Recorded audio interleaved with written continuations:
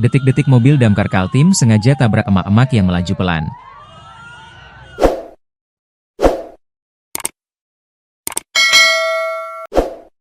Inilah detik-detik mobil pemadam kebakaran, damkar, sengaja tabrak emak-emak yang melaju pelan. Baru-baru ini, mobil damkar menabrak bagian belakang mobil yang dikendarai emak-emak viral di media sosial. Sebuah insiden tak biasa terjadi di jalanan Gunung Sari, Balikpapan Tengah, Kalimantan Timur. Mobil damkar itu terekam kamera menabrak bagian belakang mobil pribadi berwarna merah yang melaju pelan di depannya. Video detik-detik kejadian tersebut viral di media sosial dan mengundang beragam reaksi warganet.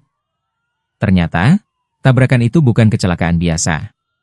Petugas damkar mengaku sengaja menyeruduk mobil tersebut karena dianggap menghalangi laju kendaraan mereka saat hendak menuju lokasi kebakaran. Sang pengemudi mobil pribadi diketahui merupakan seorang emak-emak yang tetap melaju perlahan meski sirine telah dibunyikan berulang kali. Penjelasan lengkap mengenai kejadian ini diunggah oleh akun Instagram Indo_psikologi, yang menampilkan klarifikasi langsung dari petugas damkar melalui akun Bang Junet. Jadi itu unit mobil damkar milik regu saya, dari wilayah Balikpapan Utara. Kenapa kami mengambil tindakan mendorong mobil tersebut dari belakang? Karena mobil itu berjalan pelan menghalangi laju mobil kami, tulis petugas damkar tersebut.